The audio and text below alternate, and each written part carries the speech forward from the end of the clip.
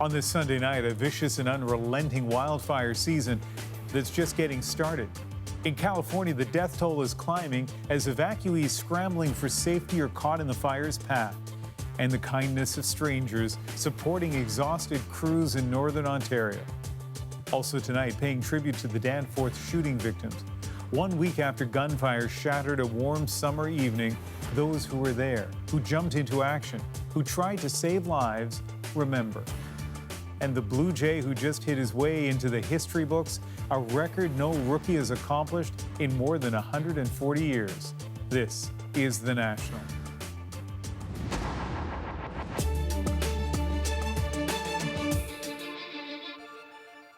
They had no chance to run and no help could reach them in time. Today, officials in Northern California say a fast-moving forest fire has killed at least 6 people, and the danger is far from over. It's part of a cruel and early start to fire season on the U.S. West Coast. And as Lindsay Duncombe reports, the weather isn't helping. It's a battle against an unrelenting inferno, whipped by strong winds, fueled by dry brush, and sustained by record-high temperatures. This fire has spread destruction and tragedy in Northern California.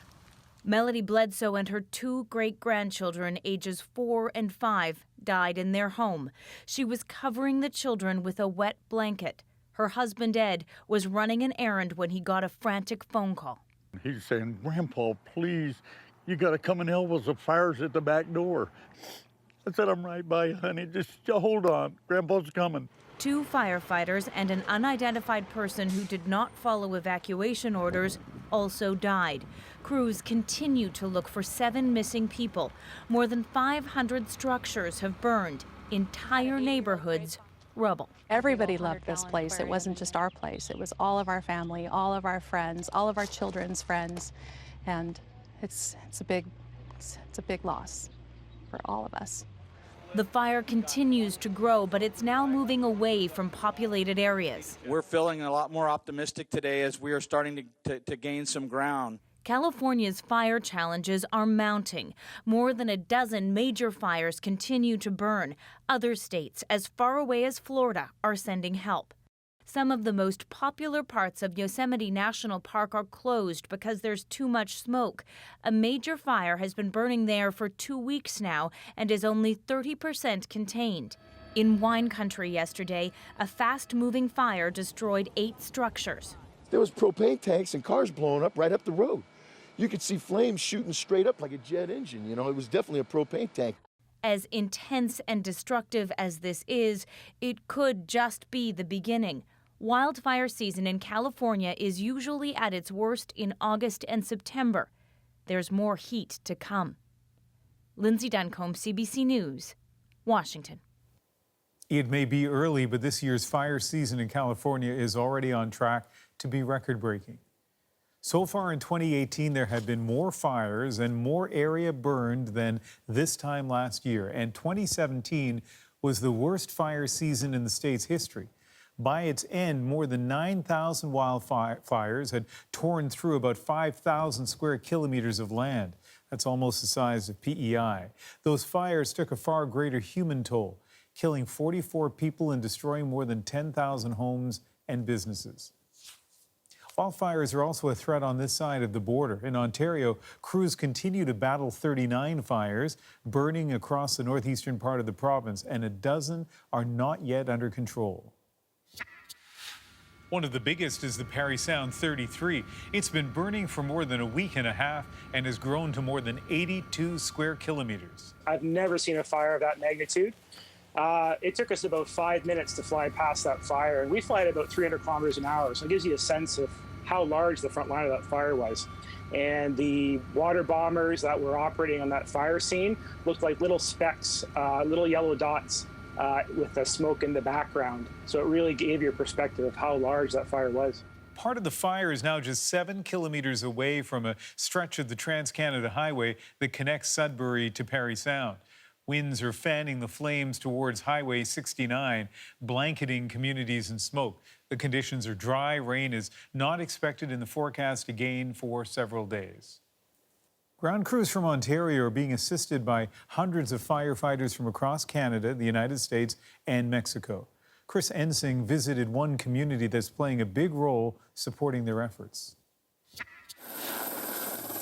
It's one in a steady stream. 13 helicopters are working this fire, entering day 11. The work exhausting, but made a bit easier thanks to the small community of Brit. This is base camp, making the Bélangers family field a helipad. They're committed to their job, and they're trying to get this under control as quick as they can. It's not hard to see how much effort they put in here. Firefighters have been welcomed with open arms. The local Legion closed indefinitely, now a spot where officials can plot out their next attack. Water is flowing through our lines. They're trying to protect homes like this on the Henvey Inlet First Nation. About 200 people were forced out, and they won't be able to return until next Friday at the earliest. Beginning to get a little bit smoky here. Crews have placed pumps and sprinklers on homes, protective measures for the worst case scenario. We had to just almost stop the boat and figure out where we were. The Kivenans know for some it's too late. Scorched earth, all that's left of 100-year-old cottages passed down for generations. They're ready for this to be over. We have had cottagers that have lost buildings and beyond, and our heart goes out to those where the fire is still encroaching. Back on Bélangers field, the next helicopter prepares to leave. There's no expectation for how long this will last, but it's clear those fighting this forest fire are in this for the long haul. Chris Ensing, CBC News, Brit. Here's what else we're working on tonight on The National. Another disturbing video of a racist confrontation emerges, raising the question, what does it take to constitute a hate crime? A deadly shallow earthquake in Indonesia spawns aftershocks and destroys more than 1,000 homes.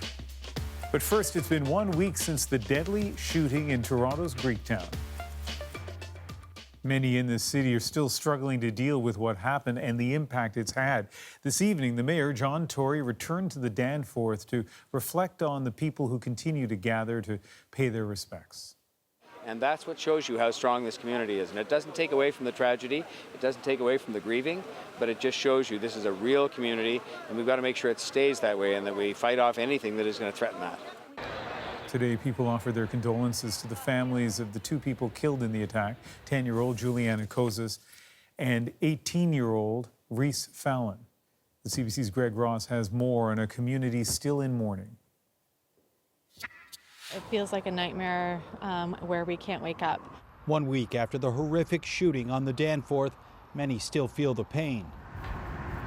This afternoon, family, friends, and people from the community gathered at a public visitation for Reese Fallon, the 18-year-old woman who was shot and killed last Sunday. I come because I'm a mom myself, and I felt really sad about what happened last week. Members of the Toronto Police Mounted Unit stood guard outside while mourners made their way inside for one last goodbye.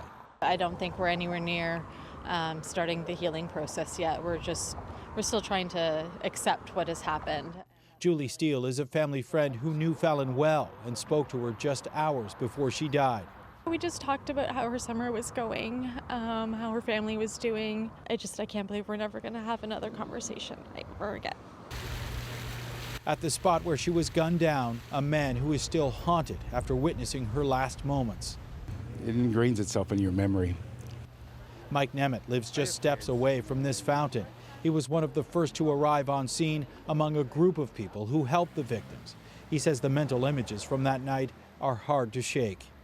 The thing that triggers me now is when I hear ambulances and fire trucks going by, it kind of brings me back to that moment.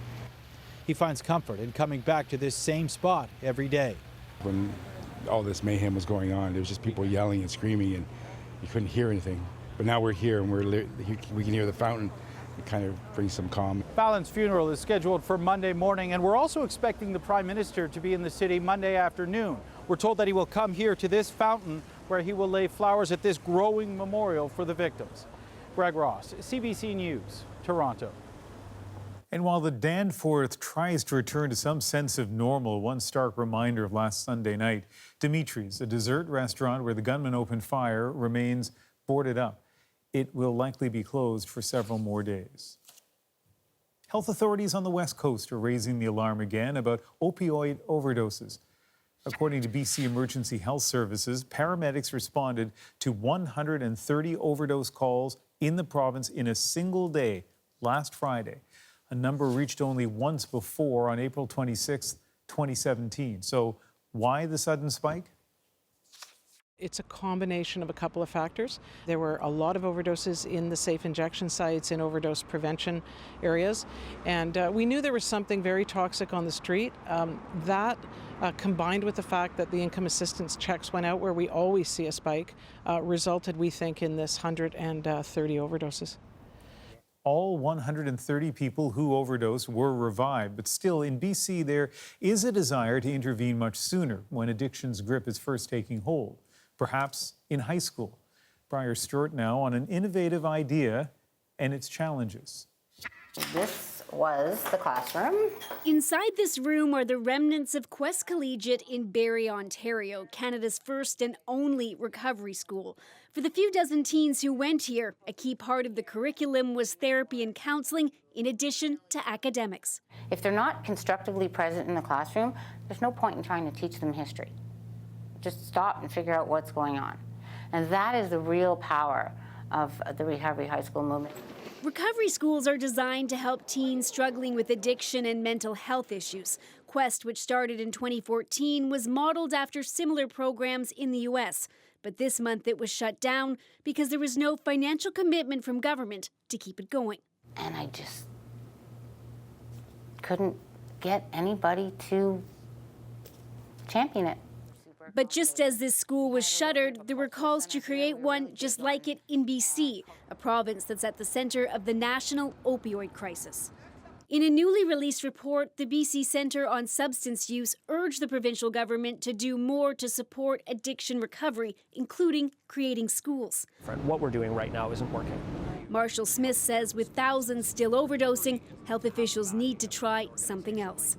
Harm reduction will get us so far. Recovery and community connection is going to get us the rest of the way. I like that picture quite a lot. For Deborah and Edward Bailey, a recovery school is an option they wish they had when their daughter Ola started experimenting with drugs at 13. By the time she was in grade 12, she was frequently skipping class, but her mother feared speaking with teachers about her daughter's addiction. What I thought was that they would think less of her. You know, she was struggling already, and I thought, well, if they also know she's using drugs, they're going to think less when they're going to give up. She died of an overdose in 2015. She was 21. Her parents say they don't know what kind of difference a recovery school could have made. Yeah, I would have loved to have tried that when she was really young. But she believes it's time to try anything that might prevent someone else's child from falling deeper into addiction. Briar Stewart, CBC News, Vancouver. We're keeping an eye on some developing stories tonight, including a manhunt for two gunmen in New Orleans. Put the guns down. It took somebody that I love. That woman's son was one of three people gunned down last night. Two men opening fire, one with a handgun, the other with a rifle. Police say the pair shot into the crowd, then stood over one person and fired multiple bullets before taking off. Well, here's some dramatic video of those fleeing the wildfires in Greece. Dozens of people jumped into the sea in a resort town east of Athens to escape the flames. They were later rescued by the Coast Guard. Many others weren't so fortunate. They were among the 91 people killed. And aftershocks continue in Indonesia after a powerful earthquake hit a popular tourist island. The magnitude 6.4 quake killing at least 14 people and injuring 160 more. Renee Filipponi watches developing stories for the National on Sundays. Renee?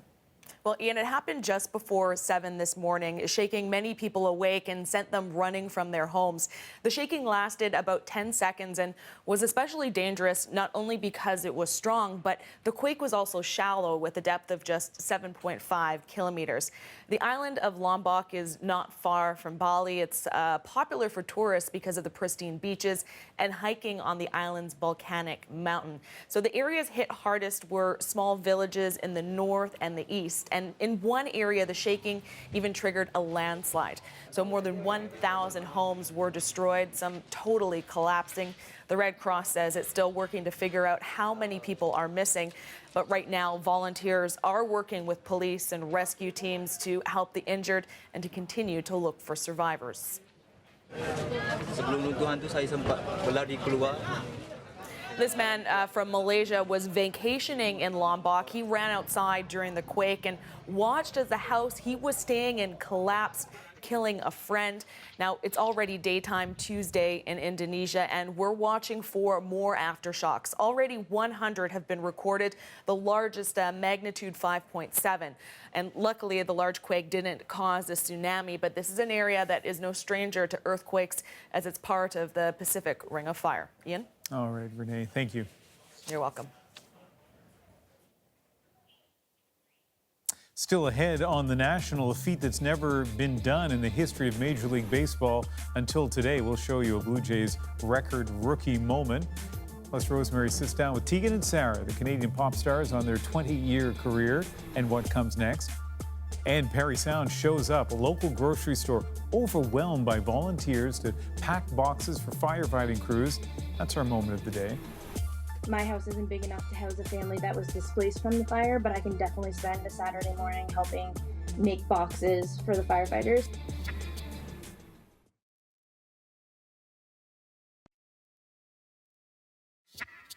For the second time in a week, a video of a racially charged confrontation in Ontario has been posted online, and that's led people to question about whether authorities should be treating these cases as hate crimes. This most recent incident happening outside a Walmart near Hamilton after a dispute over a parking space. The video begins with the man on the left confronting the driver. The man's wife is taking the video and appears to get hit by the truck. Get out of the way! Dude.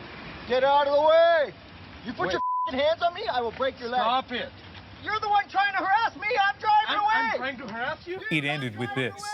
I'm racist as I don't like you. I don't like her. I would kill your children first.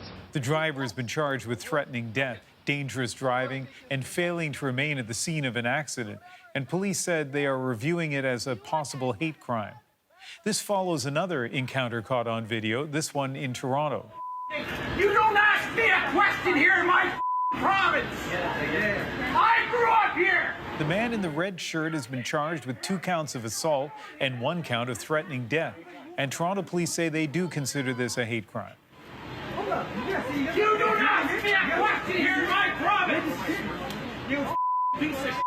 These videos have led to a vigorous debate on social media. Among the issues, were they hate crimes? And if so, what would the consequences be? A legal expert we talked to said the words and actions in the video appear to him to be motivated by hate, and if a judge agrees, that would make jail time likely. Hate as a motivation for a crime constitutes a strong aggravating feature which a court should take into consideration and should impose a deterrent sentence. It has to send an important message to the members of the community who feel marginalized that they'll be protected, and it has to send an important message to those who might be like-minded that hate comes with a consequence. Sandler pointed out there may be more to what happened than we can see in the videos, but those videos also make the conduct of both men very clear. Still ahead on the National, could an inventive solution to clean up the water become more garbage itself? And from outsiders to activists to total mainstream pop stars, we revisit Rosemary's interview with Tegan and Sarah. When we started our music career, we were sort of starting from a place where there wasn't very high expectations for us, you know, even maybe for us from within ourselves. You treat me like your boyfriend, and trust me like a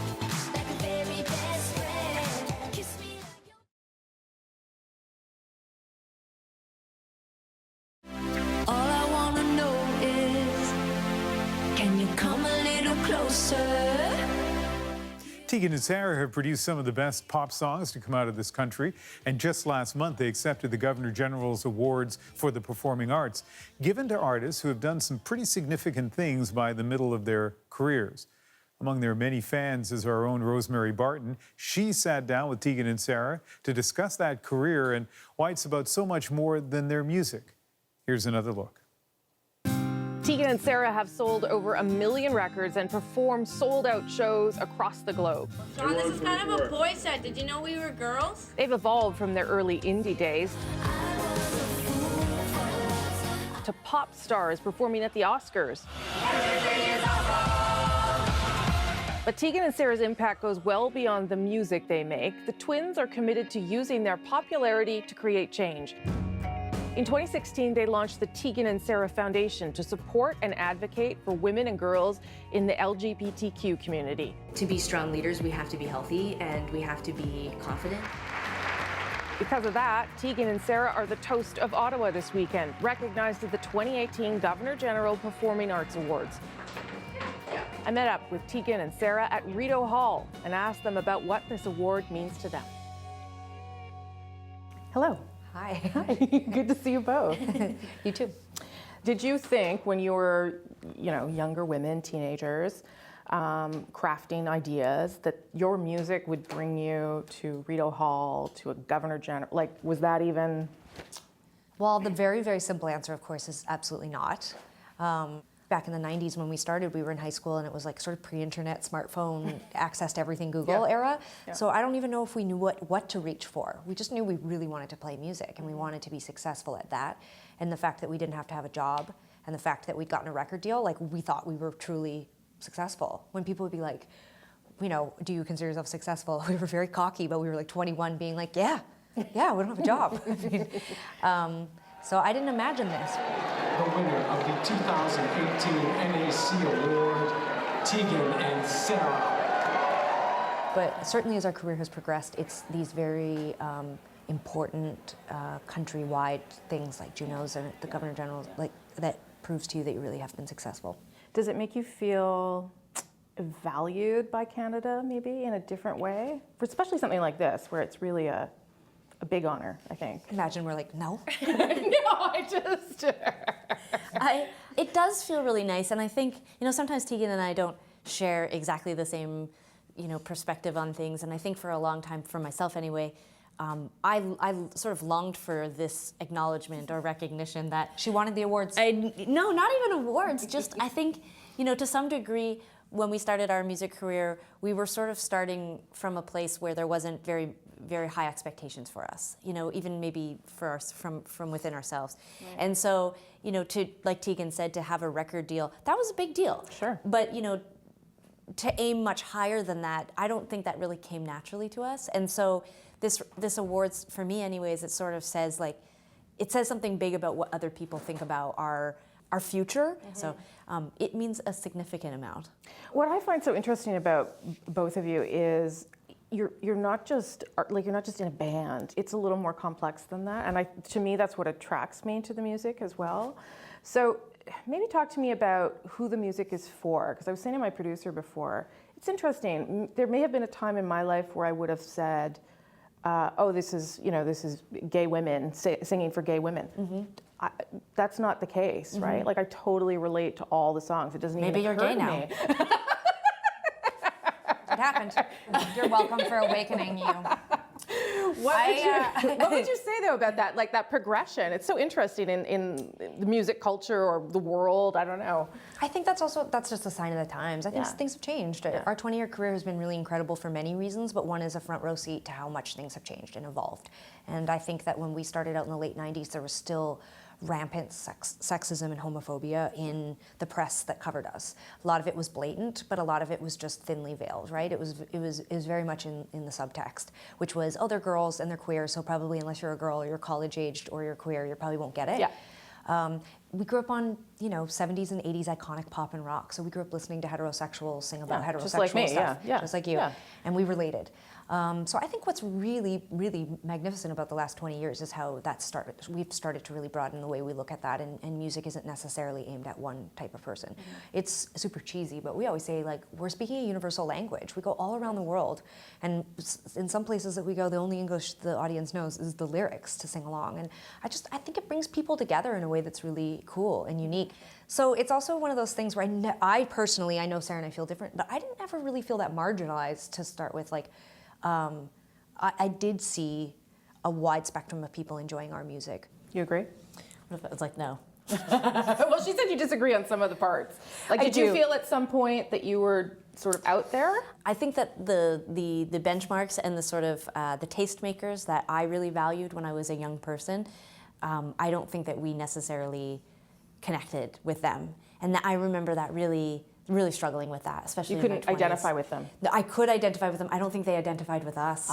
You know, so a lot of my big influences and a lot of the things that I was really into, I knew, our band is not necessarily lumped in with those people. You know, bands that I really loved. I can remember, I lived in Montreal all through my 20s, and I remember loving Arcade Fire, and I remember loving that idea of Montreal has a scene, and here are all the bands that are in that scene. But I knew I wasn't in that scene, even if I liked that music, even if I was at those early shows. And I think that really bothered me. I wanted to be acknowledged somehow. And I think Tegan, she lived in Vancouver. She was a part of a really different sort of set of cultural movements. I've always, what is it, danced to the beat of my own drum. Yeah, but I will say, you know, it's interesting because when I go back now and I listen to our early music, I can understand why people who were perhaps not young women or queer didn't necessarily relate to us. But we also had I had only seen a certain amount of life at that point. Sure. I mean, I'm 37 years old. I've traveled around the world. I've run a business. I've experienced multiple long-term relationships. We've experienced life and death, all of these things. It makes more sense to me that there would be more, that people would find us more relatable now. We are more relatable now to a lot more people. But it's also nice to be able to embrace our identity as women and queer women in a really different way now. Before it was sort of defensive. We were explaining ourselves to people. Now we feel like we are expressing something about our identity that we're really proud of. And the sort of social recognition and acceptance it feels much more broad now. That activism, do you feel the same way being queer women in the United States as you do in Canada? I just wonder, under this administration, whether you feel maybe not as comfortable as you once did, or as you would have hoped to be. It's a complicated question. You know, when the election happened, we were on tour, and we were definitely really sad. You know, we've spent the last 10 years pretty much living in America, working in America since the late 90s. We have a lot of family in the States, and we both date Americans. So we were really invested in the election. So we were really sad. You know, I liked the idea of a female president. I thought that would be great, and I think that in the time that's passed since, we're definitely very motivated and very hypervigilant to make sure that we're giving back and doing as much as we possibly can to support the communities that are under attack.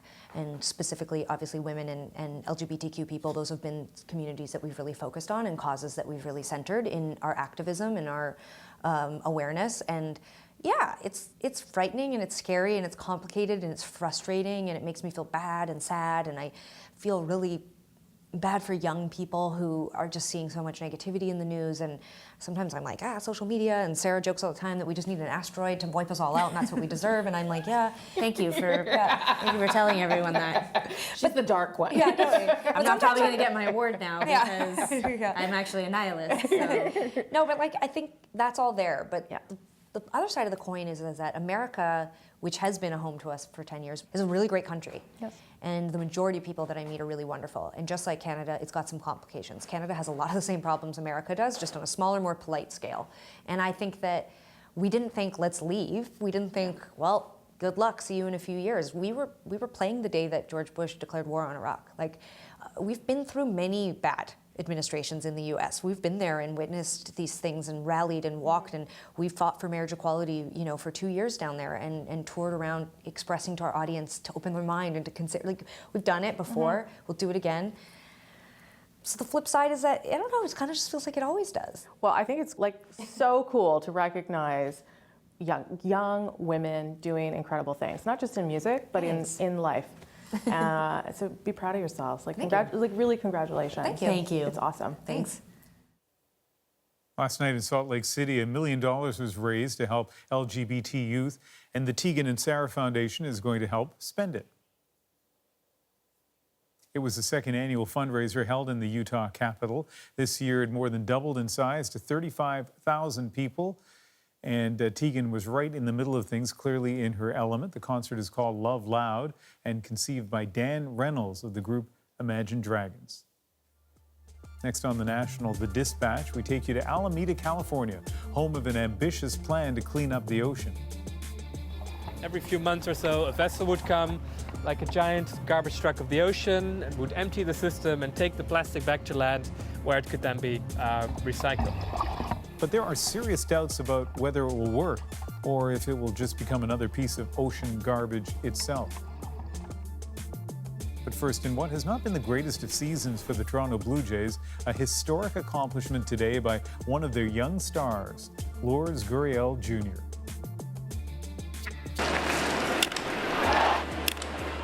For a rookie to have one game with multiple hits, not bad.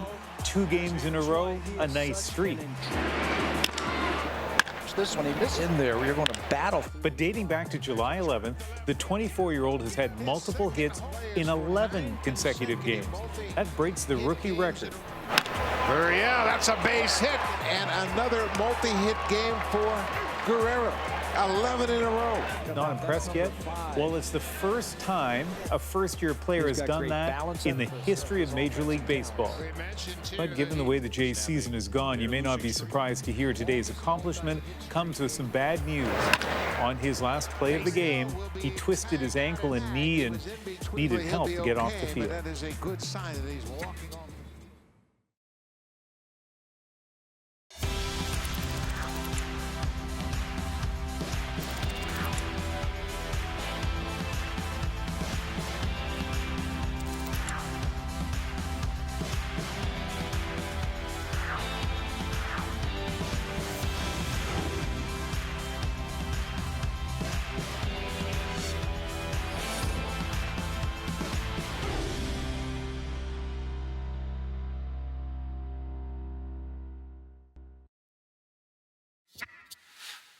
Plastic pollution. Every year, about 8 million tons of this type of waste ends up in our oceans, adding to the 150 million tons that's already there. And that figure could triple over the next decade if there isn't some sort of intervention. Much of this marine waste is non-degradable, but just how to clean it up has been the subject of debate among researchers and activists for several years as once pristine coastlines become more and more polluted. In tonight's Dispatch from Alameda, California, Kim Brunhuber takes a closer look at what's being done to fix all of this. Near a Los Angeles pier, a slow-moving stream of garbage. Plastic bags, plastic straws, plastic bottles, plastic lids. They flow by on an aquatic conveyor belt. It never stops. There's always more. On the water, anglers compete with sea lions for the fish that swim amidst the trash. All this plastic garbage is carried here by ocean currents and accumulates on shore. 7 years ago, this phenomenon gave Dutchman Boyan Slat an idea and inspired an extraordinary plan to clean it all up. When I was 16 years old, I was scuba diving in Greece and saw more plastic bags than fish. And at some point in time, I thought, well, coastlines, there are very effective ways of catching plastic. So he thought, why not invent a floating coastline of sorts to gather up all that plastic? Across the bridge from San Francisco is the Alameda Assembly Yard. Workers have been at it since May, assembling what will become the longest floating structure in the ocean. What you see here is this very long floating pipe. Here's his plan. An enormous U-shaped pipe will support a mesh screen which will hang about 3 meters underwater. Can you explain how it actually works? It's weighed down and it moves slowly in the water. This is actually the part that holds the plastic. The long floating tube, driven by currents and the wind, will funnel plastic into the mesh. Every few months or so, a vessel would come, like a giant garbage truck of the ocean, and would empty the system and take the plastic back to land, where it could then be recycled. They hope to put the first one together by early September. Then they'll tow it out there into the Pacific Ocean, halfway between here and Hawaii, to the area known as the Great Pacific Garbage Patch. Our research has shown that it contains 1.8 trillion pieces of plastic spread over an area that's twice the size of Texas. Slat says his device will gobble up half the garbage patch in 5 years, like a giant Pac-Man. If all goes well, then we hope to have the first plastic back on shore before the end of the year. But Slat admits it's still a big if. A recent survey of 15 ocean plastic pollution experts suggests some scientists consider his ocean cleanup project a quixotic dream, and that this giant plastic removal system could become the world's biggest piece of marine debris. There's so much cool tech in the world, and it kind of sucks to be like the Debbie Downer on this, but Oceanographer Kim Martini conducted an external review of the project 4 years ago, and she believes several key problems still remain. The first, the very concept is flawed. It's just not going to work. When you put something out in the ocean, things are going to grow on it. It's going to make it heavy, it's going to drag it down, then all the plastic that's at the surface is just going to actually just go over it, so it won't be actually capturing plastic anymore. She also believes the giant structure could be dangerous for ships and animals. These are like little tiny oases for animals to live on, and so it actually attracts it. And so when you do this at a large scale, you're going to start attracting more animals, and you're going to actually be attracting them to regions where you can ingest more plastic and also be susceptible to entanglement as well. So we see a light pole here. The project's chief financial officer says the structure will have lights and radar reflectors to prevent collisions. We are not pirates. We are working together with a lot of authorities. And he's confident it will withstand the extreme conditions of the open ocean. The design is made for 20 years survival at sea. As for the animals, some critics worry that this might actually harm wildlife. What's your response? That the system moves extremely slowly. So it moves at only 10 centimeters per second. So yeah, really wildlife should have enough time to go around it. It will be much safer than, say, a boat going through the ocean. If the first one works, they hope to build a flotilla of 60 devices. The goal, to clean up 90% of the Pacific garbage patch by 2040. What we're seeing today really is just the tip of the iceberg. If we don't clean it up, then over the next few decades it's going to be much, much worse. Not just because the impact will be much larger, but also the smaller the pieces get, the harder it is to get out. So we'd much rather clean it up before that happens. So far, they've raised more than $30 million in donations and private funding. Skeptics believe this massive investment reflects our obsession with solving the world's worst environmental problems with a technological magic bullet. It doesn't stop stuff coming into the ocean. It doesn't close the tap, and it's not really inspiring anyone to actually change their behaviors and make a difference. Yeah, right now this problem is very far away and it's invisible. If we bring these vessels full with plastic back into port, Slat insists collecting and displaying more than 1 trillion pieces of plastic will be a concrete illustration of an abstract problem, a dramatic reminder not to toss all that trash into our oceans in the first place. Kim Brunhuber, CBC News, Alameda, California. Last September, a wildfire ravaged Waterton Lakes National Park in southern Alberta, leaving one of Canada's natural treasures charred and desolate. This Parks Canada video gives a sobering view of the devastation. The fire consumed nearly 200 square kilometers of forest and wiped out a lot of park infrastructure. About 80% of the trails were closed at the start of the season, but the park does remain popular. Staff are busy doing repairs and working to make the park safe for visitors. That fire created work for another group of people, and they couldn't be happier.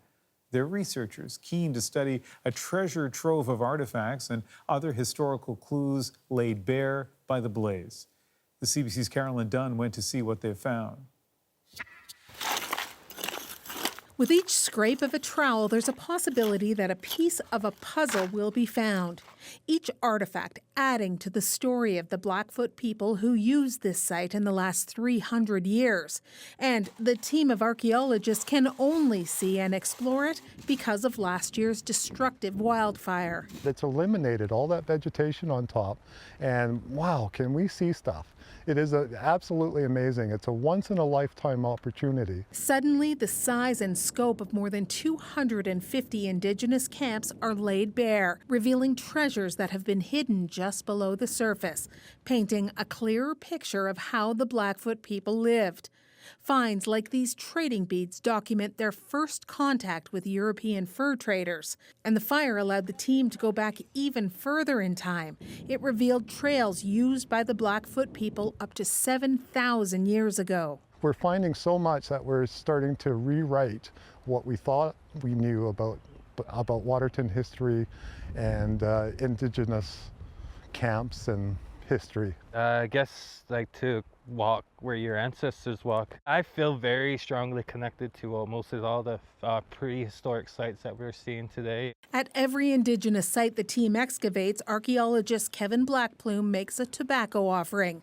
Blackplume is from the nearby Kainai Nation, so this professional project is intensely personal. My first projectile point, I was so happy. I found it at this site, and then I was just yelling and screaming. It's cool to see. I never found a projectile point before, and to see what they hunted the bison with, it's just very uplifting, I guess. It connected me a lot to the land and to my ancestors. This is a depression relief camp. Not all the sites are Indigenous. In the 1930s, unemployed men were put to work building a road through the park. The archaeologists are finding rock foundations of structures and the remnants of camp life. Food stores, we're finding meat tins as well. The narrative of what happened here is enriched by finds like a needle case and a Boy Scout button. But access to the site without vegetation is an opportunity to make more robust the permanent historical record.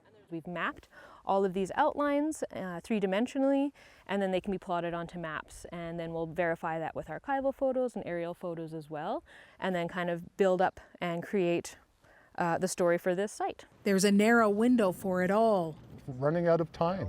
That the vegetation regrowth is licking at our heels as we're running and recording things. But wow, what a ride. The team is hoping to dig deeper and go back even further in time over the next several years. Carolyn Dunn, CBC News, Waterton National Park. Next on the National, Parry Sound steps up in our moment of the day. Looking at what looked to be maybe 100 people, it was a very warm feeling to feel part of a community who goes to help.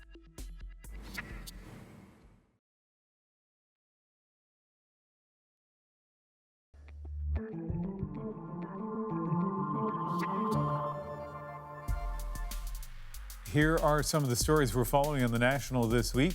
Tomorrow, we could gain some new insight into one of the greatest aviation mysteries. What happened to Flight MH370? The Malaysian government is releasing its final report. 4 years ago, the plane carrying 239 people disappeared from radar. The only traces of wreckage are wing fragments that washed up on the Indian Ocean coastline. The families of the victims will be briefed before the report is made public. Mr. Manafort, can you talk about what the filing in your case was yesterday? On Tuesday, Paul Manafort's fraud trial gets underway. Donald Trump's former campaign chair is accused of hiding more than $30 million of income through offshore accounts. This is the first real trial resulting from Robert Mueller's investigation, but prosecutors have said they don't intend to deal with questions of collusion between the Trump campaign and Russia in this case. That is a 3D gun. As of Wednesday, anyone with a 3D printer will be able to download and create one. Plans for the plastic gun known as the Liberator were initially posted online in 2013. The U.S. State Department ordered them removed because they could be used to make weapons in other countries. The Trump administration reversed that decision last month. The 3D gun is said to be untraceable and invisible to metal detectors. As we told you earlier in the program, fire crews are working around the clock in northern Ontario, but they need support too. and the town of Parry Sound has answered the call. The local Sobeys was struggling to fill an order of food for firefighters last week, but they didn't have enough people to pack up supplies, so they put out a notice on Facebook hoping for a few extra hands. Well, around 200 people showed up. That volunteer spirit is our moment of the day. My parents are volunteer firefighters, and I just think if it was them fighting fires, I would hope people would help. They had long rows of stations with an aisle in between them. This was outside behind the Sobey store. There was a group of people running food back and forth, and then another group of people who were responsible for packing the food. There was pasta sauce, pasta, instant oatmeal, and there was stuff like toilet paper, paper towel, garbage bags, salt, pepper, plastic cutlery. One woman suggested that we write letters and put them in the boxes. They passed out little colored cards and pens so that we're able to scrawl a little note quickly and put it in our box. I've learned that over the past few years that Parry Sound really steps up and helps out. It was a very warm feeling to feel part of a community who goes to help. My house isn't big enough to house a family that was displaced from the fire, but I can definitely spend a Saturday morning helping make boxes for the firefighters. Well, if you're a Canadian of a certain age, like my age, you grow up knowing Parry Sound for what? One thing, right? Bob Orr's birthplace. So it's kind of nice that for at least a night in 2018, we know it for something else. And they really only had one problem after they put the announcement out on Facebook looking for volunteers. They ended up with too many. They thought they might get 40 or so. And as we heard, they had about 200. That is the National for July 29th. Good night.